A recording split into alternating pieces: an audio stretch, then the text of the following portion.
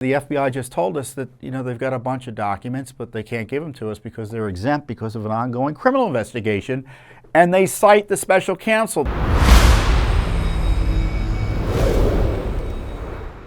We're in litigation against the FBI for records on that Hunter Biden gun scandal. And we've talked about this before in the update. I hope you've seen my previous updates on this, or at least looked at our material online.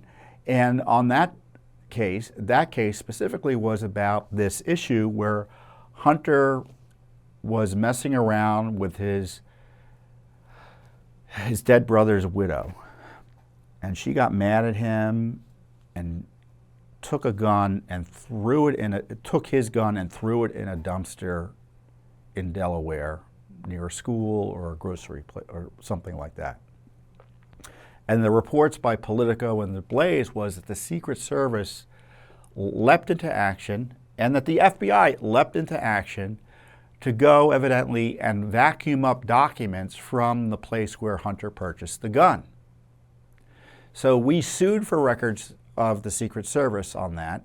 They gave us some documents suggesting that the FBI was involved and the Secret Service may have been involved. So we expanded our lawsuit to include the FBI. We filed a new lawsuit. And I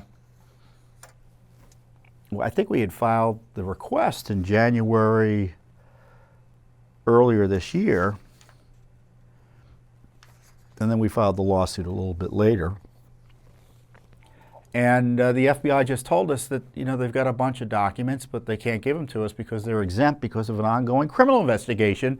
And they cite the special counsel, the sham special counsel that was just instituted by the Garland Justice Department, that special counsel Weiss, who was caught with a shady plea deal trying to give Hunter a pass on a gun charge issue where he allegedly falsified a document in registering for the gun and filling out the federal background check form.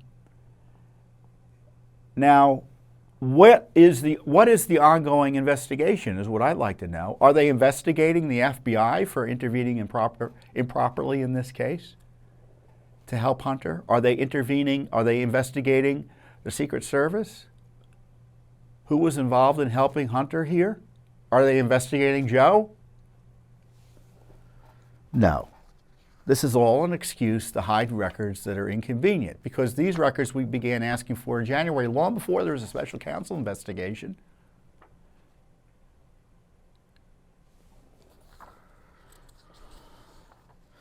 So what happens is we file a lawsuit and you begin talking to the government and say, look, can we get documents? And if you can't agree on documents, you go to the court about the timeline. And you file what they call a joint status report, where the plaintiff, Judicial Watch, and the defendant, in this case the Justice Department, when you sue the FBI, you sue the Justice Department. Despite what the FBI would have you believe, they actually are a division of the Justice Department, and they report to the Justice Department. They're not their own little kingdom, Director Ray. You still report to the Attorney General and to the President.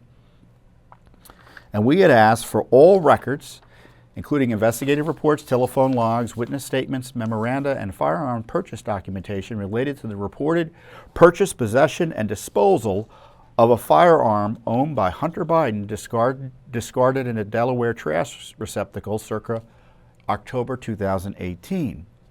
All records of communications of FBI officials regarding the reported purchase, possession, and disposal of the firearm. So we weren't asking about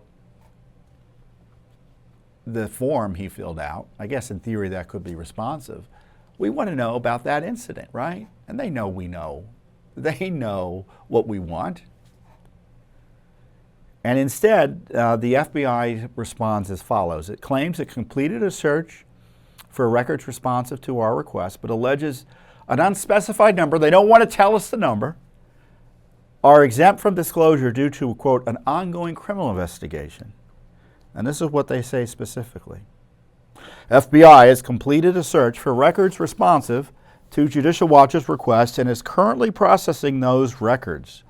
FBI's position is that the number of potentially responsive records is exempt from disclosure under FOIA Exemption 7A, which is that the criminal case exemption, essentially ongoing law enforcement investigation, allows them to withhold documents if the documents touch on that or are part of that, as this case relates to an ongoing criminal investigation. And they cite the law that says FOIA does not apply to information where disclosure, quote, could reasonably be expected to interfere with enforcement proceedings. And they say, see also U.S. Attorney's Office, District of Delaware, tax and firearms charges filed against Robert Hunter Biden. So they're basically referring back to the sham charges that Weiss ginned up with the Biden gang to keep Hunter out of jail as an excuse not to give us the documents. An ongoing investigation creates the need for increased internal review. So these documents we asked for in January, oh no, now there's a special counsel. We need increased internal review, including in this case, review by the special counsel. So now the special counsel is officially part of Judicial Watch's FOIA lawsuit for documents about an incident essentially from 2018 that we've already litigated and gotten documents separately from the Secret Service on, but now the FBI can't give us much of anything because they're using this sham special counsel investigation as an excuse.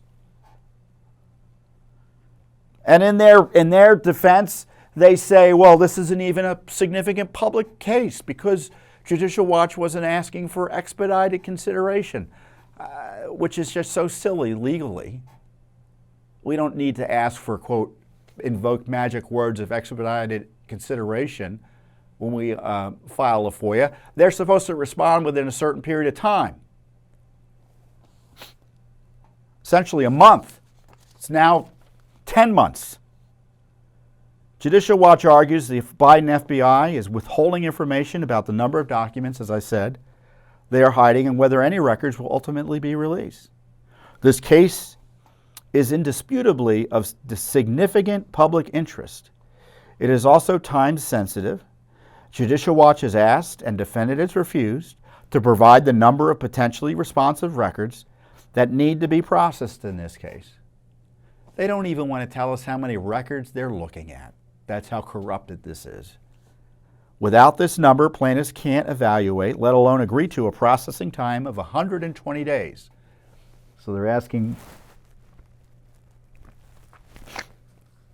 for months.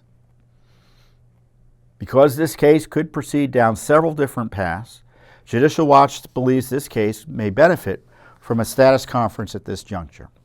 Well, thankfully, the court agrees and set a hearing for next week, September 6th, here in DC, a status conference.